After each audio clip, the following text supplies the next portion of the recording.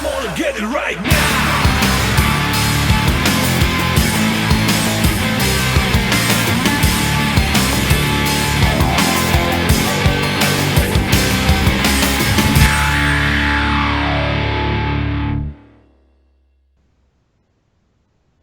Hey everyone, welcome to another edition of the Undead Zone. I'm here with McLeod.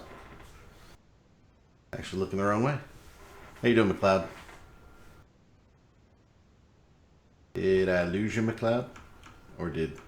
I think McLeod froze up, so we'll have to see what's happening. We've been having a little trouble this morning trying to get everything running. Hey McLeod, you there? Yeah, I'm here. Yeah, we're live. Something went and muted my stream to you, so how you doing today? Sorry? I said, something muted my stream to you, so how are you doing today? We went live and we look good. Nice. Oh, I'm doing fine at the moment. My computer is... actually, I cleaned my computer up kind of quite nicely. So that's doing quite nicely. But as always, with random, when you randomly take your, connections out and put them back in again and, hoover some stuff up, things go a bit weird and random. And strangely enough, I was able to actually kind of stop that from happening when it came to running talking in stations. That ran smoothly, thank fucking Christ. But oddly enough, since then, dodgy stuff has been happening, and it's really strange. Like, I was going to be streaming some King of the Kill, which would have been really cool. The only thing is, a little early when I started King of the Kill, my computer blue screened. Out absolutely nowhere. It's never done that before. And now every single time I start King of the Kill, it gets to the loading, like it gets to the splash screen, and then just disappears. Oh, so wow. I think I'm just gonna have to I'm gonna have to uninstall and reinstall, I think, and that's gonna take more than an hour, knowing my connection speed, which really sucks. Yeah. So most of the on-screen action is going to have to come from you, bro. And I know you're kind of... on-screen action has to come from me. Well, I'll provide some on-screen action in terms of videos, like through the media server. But yeah. Things have been kind of interesting with the Just Survive and King of the Kill kind of thing. Where do I start, bro? Where do I start? I'm just kind of thinking in terms of where we left off for the last point. I mean, let's go back. Let's take a look at. Well, I'm going to make one comment first off, right? Because I know you're going to play a video later, right? But I'm thinking we should. We've got a couple hosting of the show here. We've got some. I love the warning label on your video. I think we should have that up there all the time. Intense violence, blood and gore, suggestive themes. I like that. It's not rated by the ESRB. Neither is this stream. I might add. Well, true. We might say some offensive words. Very true. Not definitely not rated by the. Definitely not rated by the ESRB. I'll tell you that right now. There you go. So welcome to INN, everyone. And if we have any new viewers, welcome to the club. This is the Undead Zone, and we talk about zombie games, primarily H1Z1, a lot of the King of the Kill conversation, as well as we will talk occasionally on 7 Days to Die. But I am waiting on that one until the Alpha 16 release comes in the next couple weeks, so we'll have a lot more to talk about that probably at the end of the month.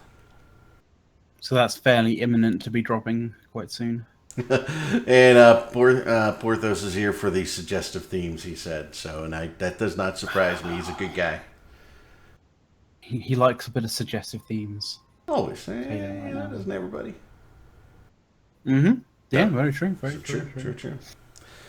So yeah, I mean, I guess we can kind of start off with what's going on with Just Survive as such. Like the considering we had some technical difficulties last week that we've kind of cleared up, and this time the technical difficulties were my end for some stupid reason. We can discuss the March 14th patch. I mean, that dropped last week, so we weren't able to cover it. Yep. My nose is itching like crazy. All the coke. It's all the coke that I need. All the coke.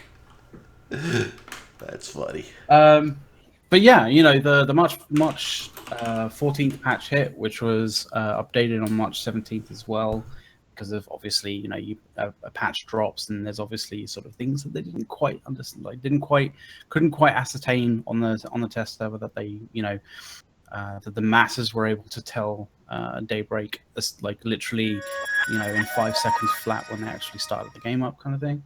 But surprisingly enough, we got 3 free crates that were unlocked. Everybody got 3 free crates, which amounted personally for me to be fuck all. I got nothing out of it. I think I got a shirt skin and a bright white shirt skin, which is definitely what you want when you're trying to blend into the surroundings. Like blend into, I don't know, like a bunch of white paper maybe. On my account anyway, and I think I got 2 boot skins. Yay! So that was good. I heard people got a lot of other kind of cool things. I think someone got, I'm not sure which crates were. I think it was a Frostbite crate. I'm not entirely certain who it was. No, it was 3 different crates. It was the Infernal crate. It was the I think you had a Frostbite crate, and then you also had a what was it? A Predator crate. So you got like 3 different crates. I think someone got like some people got some like really decent gun skins that were really expensive. So like, kudos to you if you got like decent skins out of that and made some money, or were able to go around and justify looking a little bit extra pimp. So that's all cool.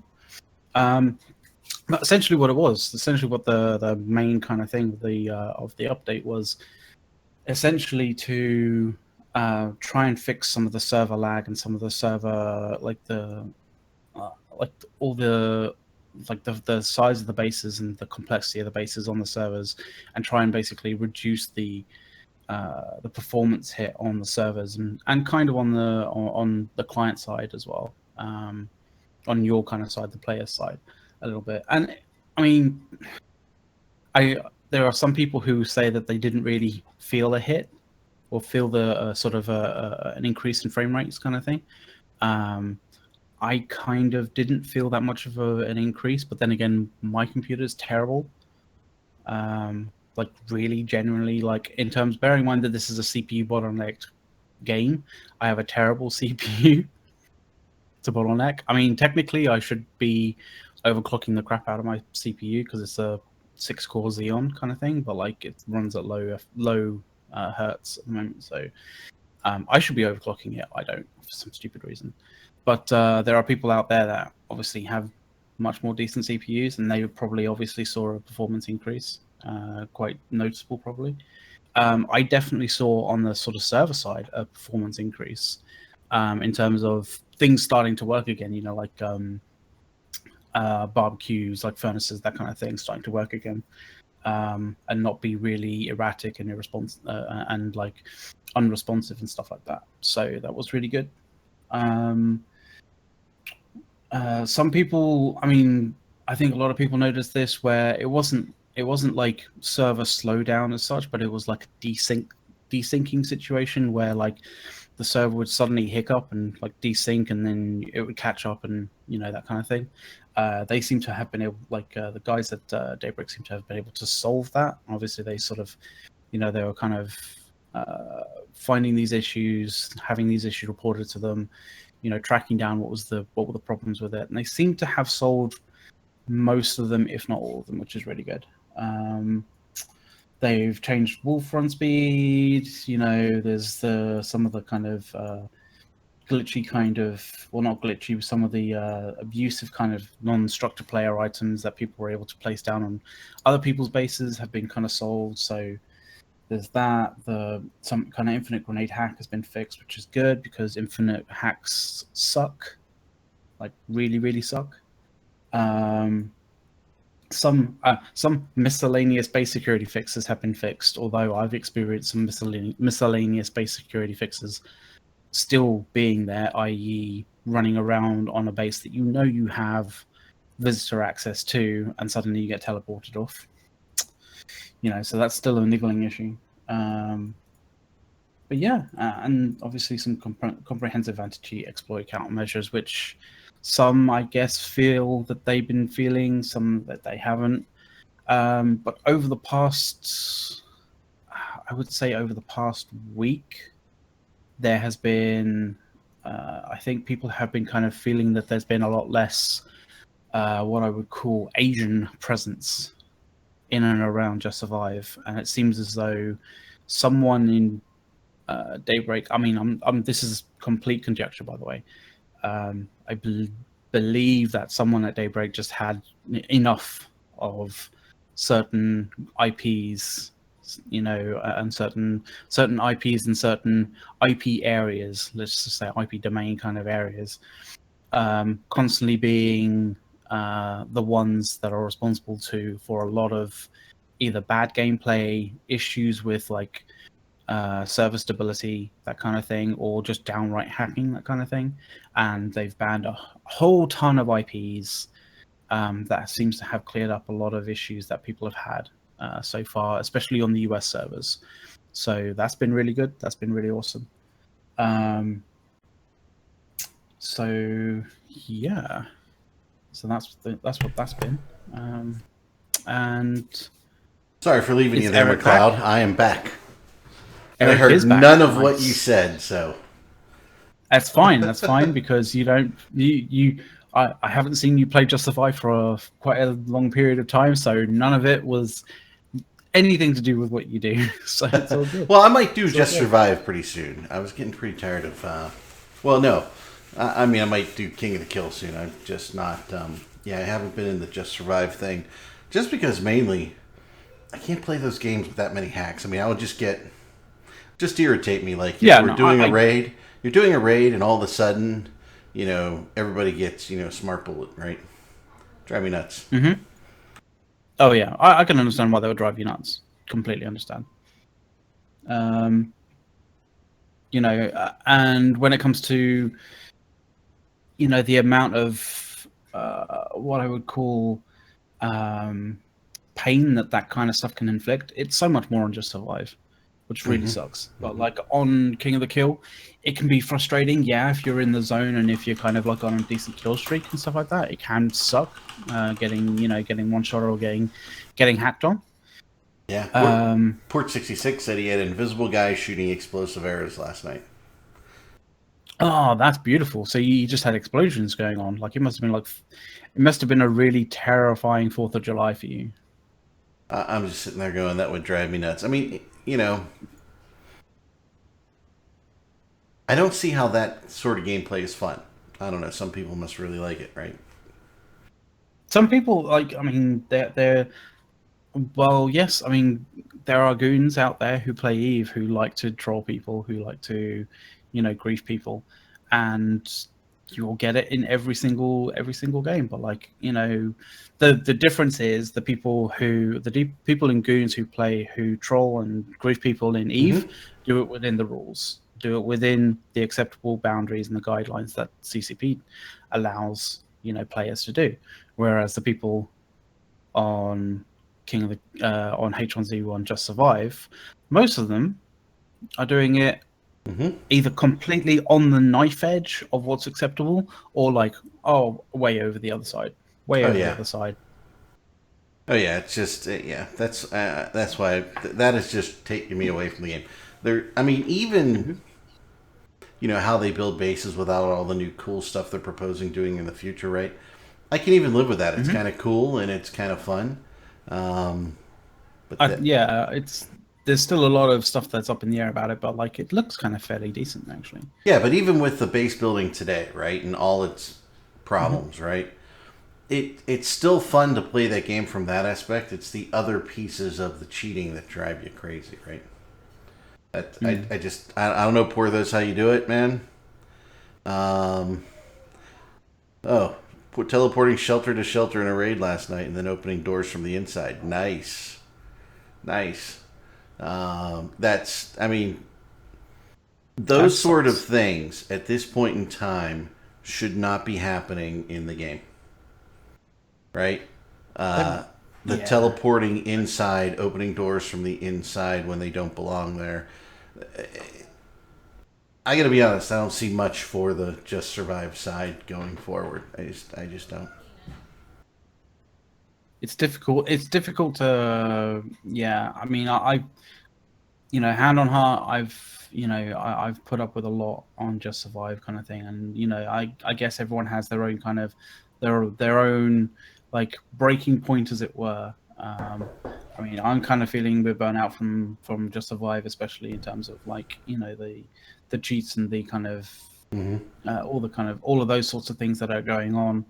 I mean, yeah, the thing is, it's a case of when it comes to cheats versus anti-cheat, it's always this kind of leapfrogging kind of situation where the guys making the games develop a way of like breaking the cheats, and then the guys developing the cheats find a way of re-enabling their cheats. So it's just this constant sort of first one, then the other, then the other, then the other, then the other kind of thing. But like I just kind of feel like the iterative process at the moment that's going on with keeping up with hackers and hacks kind of thing, and hackers, all that kind of stuff, and all the different things, is too slow. It's the iteration on it is too slow. Every single moment that as a developer you're allowing hackers to carry on with providing people with hacks is time for those hackers or those hack developers to be cashing in on people who want to buy hacks. So it's just that's the way I see it. And if you're stalling on reiterating to basically put together fixes for hacks, then you just basically you're giving money to them, and that's just a bad thing. It is a bad thing. But yeah, I mean, that's really what's been going on in terms of Just Survive. Like, I think a lot of people are kind of, I guess, kind of wondering when the next wipe's going to occur. And like, to be completely honest, I have no idea. I know that wipes are only ever really a thing that gets put into practice when a test server patch really requires it, and there's been a fairly recent test server patch that didn't require it, so like there is that kind of thing. The recent update the most recent test server update that they had fixed was basically them developing or basically trying to fix a bunch of melee based issues, because the melee system is fucking terrible right now. Oh yeah, it is terrible. And they're trying to fix it. They did a bit of fixing with the whole developing a new way of like hit detection with melee, like so you can hit multiple things with when you're like swinging an axe or like a machete with his regards written on the side of it kind of thing. If you so happen to have a machete with his regards written on the side of it, of course. But yeah, they're kind of looking at a bit more, a bit more in depth with, what the issue is with melee and how to correct it, kind of thing. So they're kind of dealing with that, and that's on test server right now. Okay. But that's pretty much where we are in terms of H1Z1 Just Survive. In terms of King of the Kill, we actually have a producer's video. Oh, that great. Kind of covers pretty much all of it, really, to be honest. Which is up there, which shall play around about nowish, I think. All right. If I hit the right thing. There you go.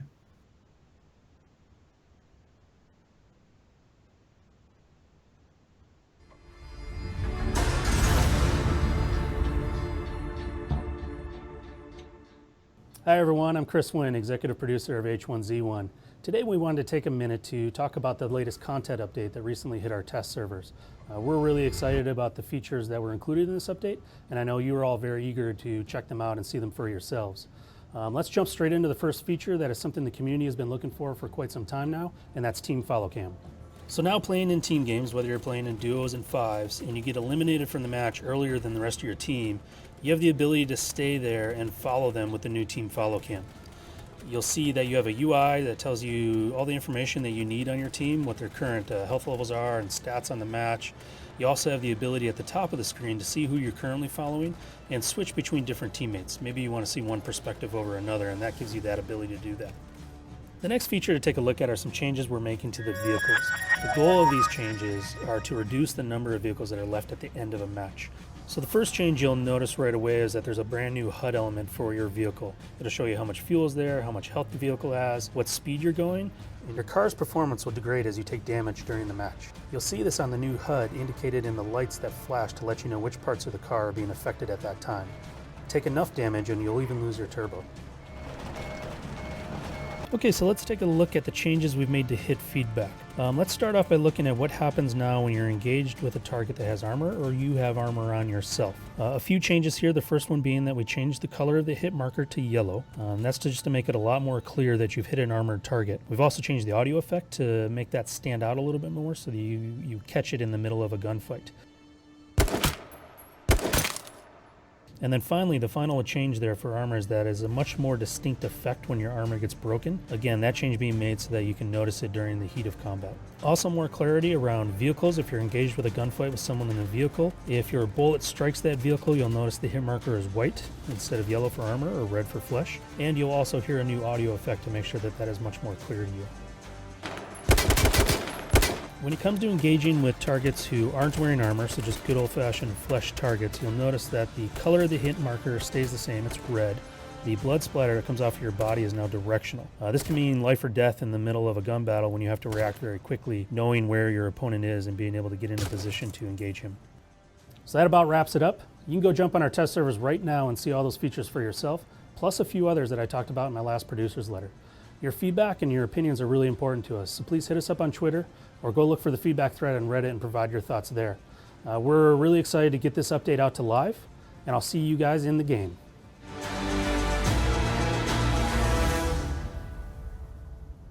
So yeah, So that's pretty cool. some kind of changes. That is Yeah. all good stuff. Fortizar's funny in there. He says the video's been on for 2 minutes and they haven't even mentioned skins or crates yet. And I think we made it through I know. the whole video, It's like, right? what, yeah, I don't think they didn't say anything about skins or crates through the whole thing. So it's impressive. It's amazing. Yeah, that's the kind of stuff that we should be getting on the other side of this coin too. I think they're doing really well with King of the Kill.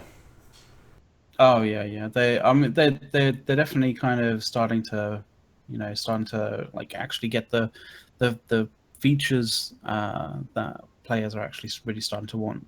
But this all comes. This has a bit of a shadow to it as well, which kind of sucks a little bit because. Okay. I mean, as much as I'd like to kind of not talk about it, especially when when you consider like this is meant to be a zombie apocalypse-y kind of undead zone, talking about zombies, that kind of thing. Mm-hmm. The thing that has also been dominating a lot of talk when it comes to King of the Kill has been the new kind of game called Battlegrounds, which is essentially the person who originally came to Daybreak and to the H1Z1 kind of crew and pitched the idea of King of the Kill, which before it was actually King of the Kill in a separate game, was Battle Royale. So there are people obviously who will know it as Battle Royale and not as King of the Kill kind of thing. That guy was basically someone who developed a mod for Arma 2 called Battle Royale.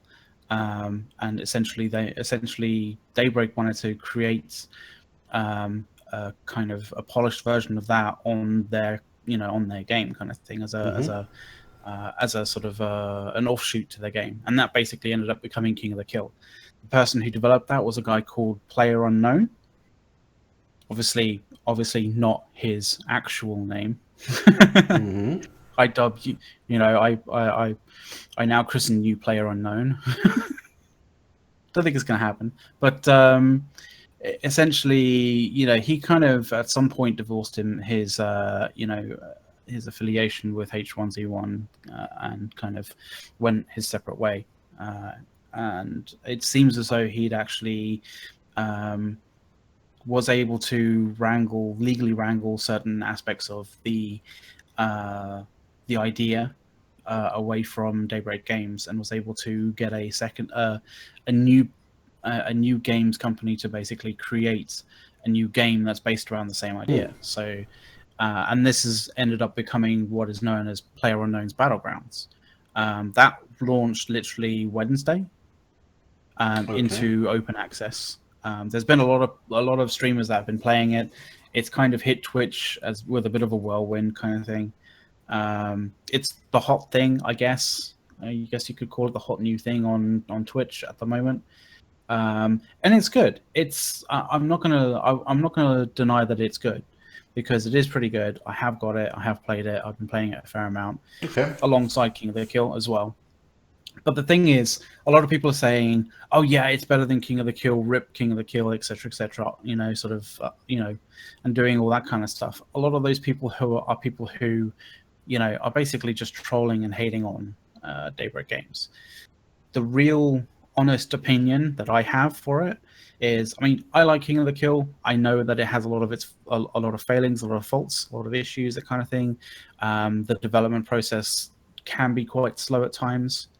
But the PlayerUnknown's Battlegrounds and King of the Kill feel like two. I mean, they're variations on a theme, in the same way that Call of Duty is the same variation on a theme as Battlefield 4. Gotcha. But I could still play Call of Duty and Battlefield 4 and not feel like one's better than the other. They feel different. They play different. I wouldn't play Battlegrounds in the same way that I play King of the Kill, and I wouldn't play King of the Kill in the same way that I play Battlegrounds, because King of the Kill is a much fast-paced, frantic kind of game, whereas Battlegrounds is a much more slower, tactical, pick your shots kind of game. Like, you're not going to get into certain situations in Battlegrounds that you would get into King of the Kill. Like, you wouldn't be basically like driving around like a crazy psychopath, sort of doing turns and jumps and this, that, and the other on Battlegrounds that you would do on King of the Kill, because Battlegrounds will kind of punish you for that. So they're two different products. They're variations on a theme, which there's various different games that are coming out that are variations on the whole kind of survival, arena sort of style game, which are kind of, being put together at the moment anyway. So, it's a variation on a theme. Is it better than King of the Kill? That's debatable. There's still issues with PlayerUnknown's Battlegrounds. King of the Kill still has issues. Yeah, fair enough.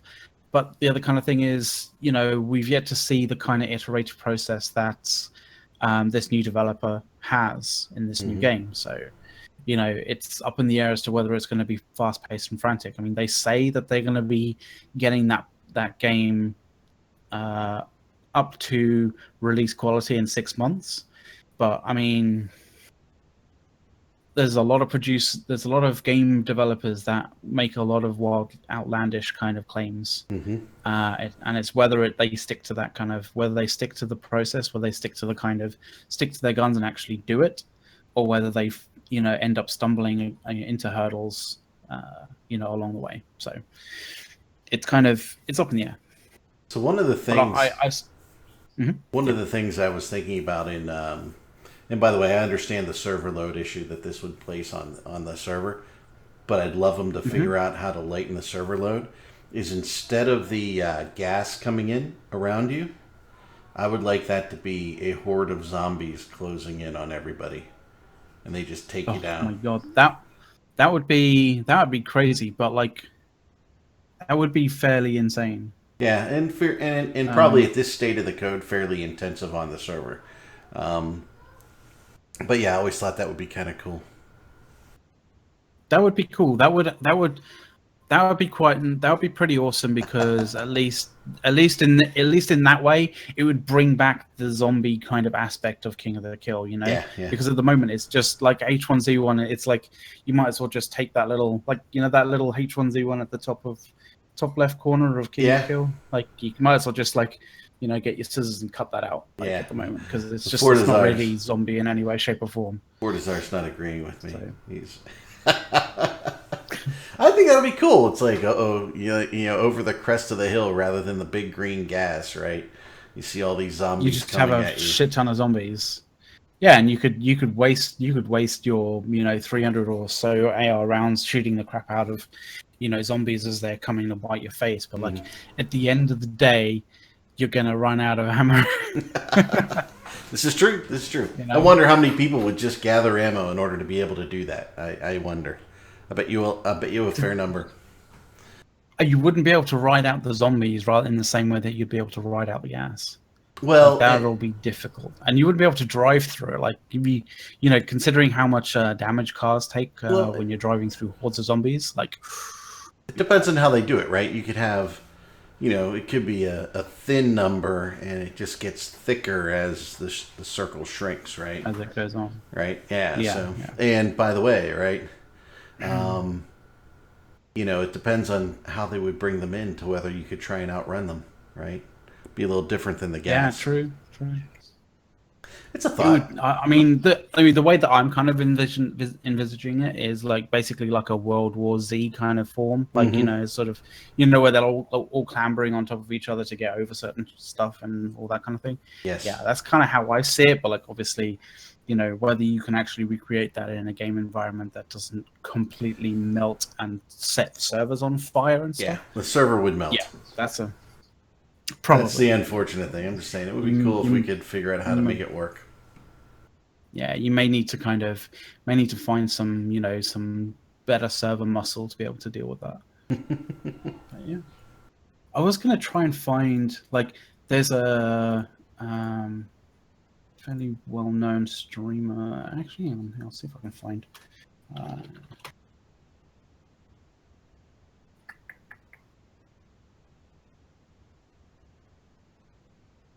Oh yeah. I found it now.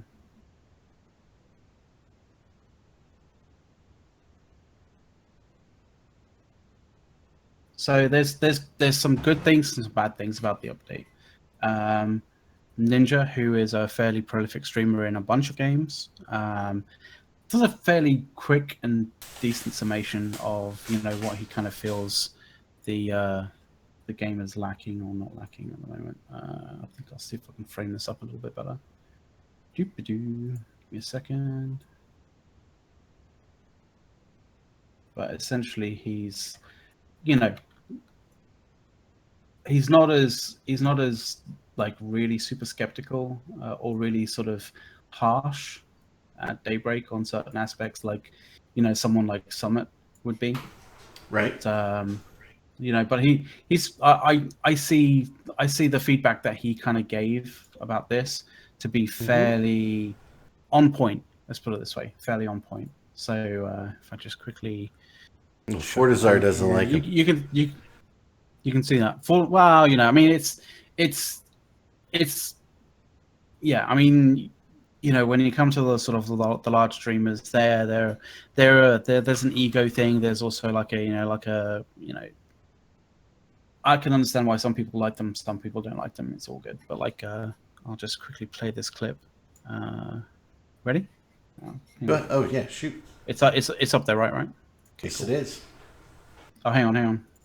There we go. Couple things. One, love the idea of the car hit markers. Needs to be smaller. And be able to turn off the sound. 2, smokes, much better. 10 out of 10. 3, textures, 10 out of 10. Much better. Buildings, 10 out of 10. They look much better. 4, speedometer, 1 out of 10 of usefulness. How fast I'm going is fucking irrelevant. It's not a racing game, get rid of it. I don't like the condition and I don't like the fuel. To the guys who were told to do this, I'm sorry that someone wasted your time with an irrelevant ask. I pray to God that it gets completely scrapped. That's Couple his take things. on it. I'm feeling pretty much where he is with that in that like I don't really care for the speedometer as well. The way that they've done the whole health and like fuel kind of thing is a bit weird and a bit wonky kind of thing. I get that there's like numbers to it as well, so you can kind of tell without actually looking at the kind of I don't know, spirit level like things that they have, the gauges that they have. But like, yeah, in the kind of same way that he says, like, it's not a racing game. As like, it's not a racing game. It's basically, you drive like a bat out of hell when you need to, kind of thing. It doesn't matter, the speed at which you take a certain corner. This isn't Colin McRae. This isn't Colin McRae's rally or dirt or anything like that. Like, you're not going to be, making sure that you go round a corner, at a certain speed so you don't fly off the side and like wreck your car. Like, Right. There's no reason for the speedometer apart from maybe indicating that your car's taken a lot of damage, so it's not driving as fast as it can be. But like visually, you'll be able to see that and you'll be able to realize that anyway. So like the speedometer thing, I think, is like really superfluous. I'm not entirely certain why they had that decision to spend dev time and artist time creating that. Yeah, when it wasn't really that necessary. In the flashing lights that say your engine is being hit or your trunk is being hit or whatever the hell those things indicate. Why? Right? You're being hit. It's just a car hit. You're gonna take damage and be able to function worse, right? Yeah. Exactly. Now tell me I can shoot somebody's tires out. That could be interesting, right? But no. That'll be interesting. That would be interesting. But the thing that I do like was I do like the fact that you do get an indication as to when you actually hit a car. Like, some people, like purists for like in terms of gun games and stuff, would say why get hit markers for that kind of stuff. Like the whole idea of hit markers was a bit random kind of thing. But it's H1Z1 isn't going for a simulation feel. It's going for an arcade kind of fun and pick up put down kind of situation, like sort of pick up put down kind of game. So like getting that indication that you're actually doing something, that you're getting some kind of feedback to being effective in the game kind of thing is a nice thing. If you see the hit markers that from the previous video, like there's been a lot of people who have been saying that the hit markers are a bit too excessive. They're kind of quite distracting. And like, if I quickly jump to this video and show you what we're talking about. Okay. I'll play it like this, but like, the kind of hit markers are quite, they're quite large for, what they are. And yes, they are very distracting. They have said that they're probably going to be reducing those hit markers as well a little bit. So, hopefully we'll see that. But yeah, I saw on the whole, it's been fairly decent.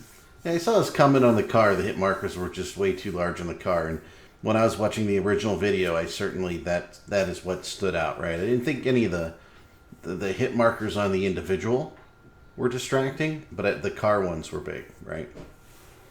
Yeah, the car ones were fairly sizable. Not gonna lie, but like. But I didn't think they were horrible.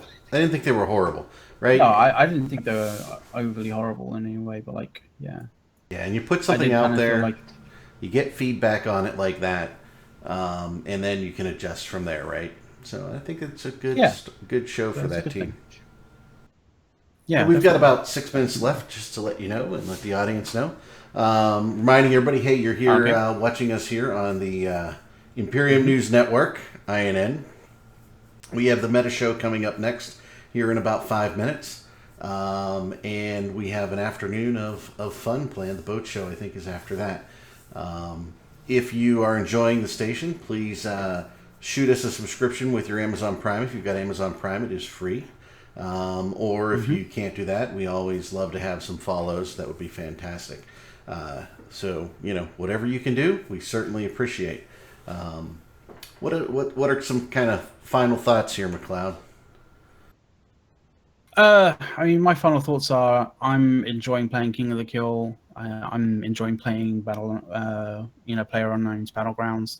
Like all in all, you kind of they're different. They're two different products that feel different, but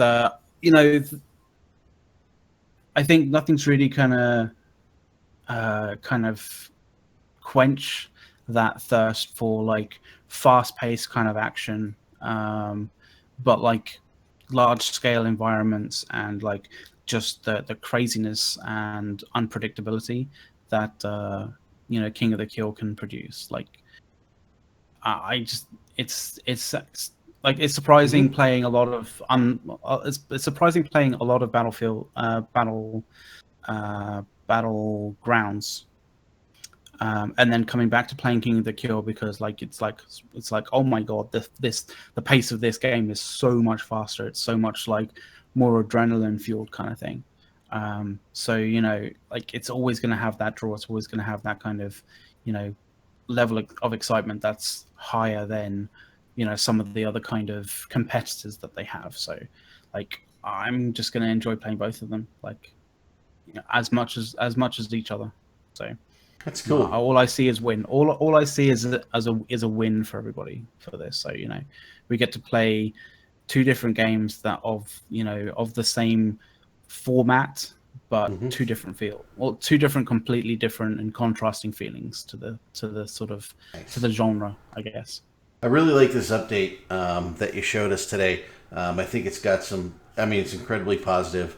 As was mentioned in the chat, right? It wasn't riddled with, "Hey, buy this stuff," right? It was definitely not. It was quality changes, even though some people might want some tweaks to some of them. I think it's that's the way I love to see updates coming in, just like that, right? That was a great. Oh, totally. And I just wanted to point out that hit marker kind of size. So I've kind of I think I've increased it to kind of show sort of just the scale of it, and it's fairly large. Like if you consider like how big the kind of hit markers were like in the original kind of game, like it's massive in comparison. And when it's when it's like doing its usual kind of thing, like it's actually quite like it's quite well, distracting. That's for old gamers like me, so we can actually see it. Yeah, we're like pre-bifocal area, right? That probably is for the Chris Wins of you.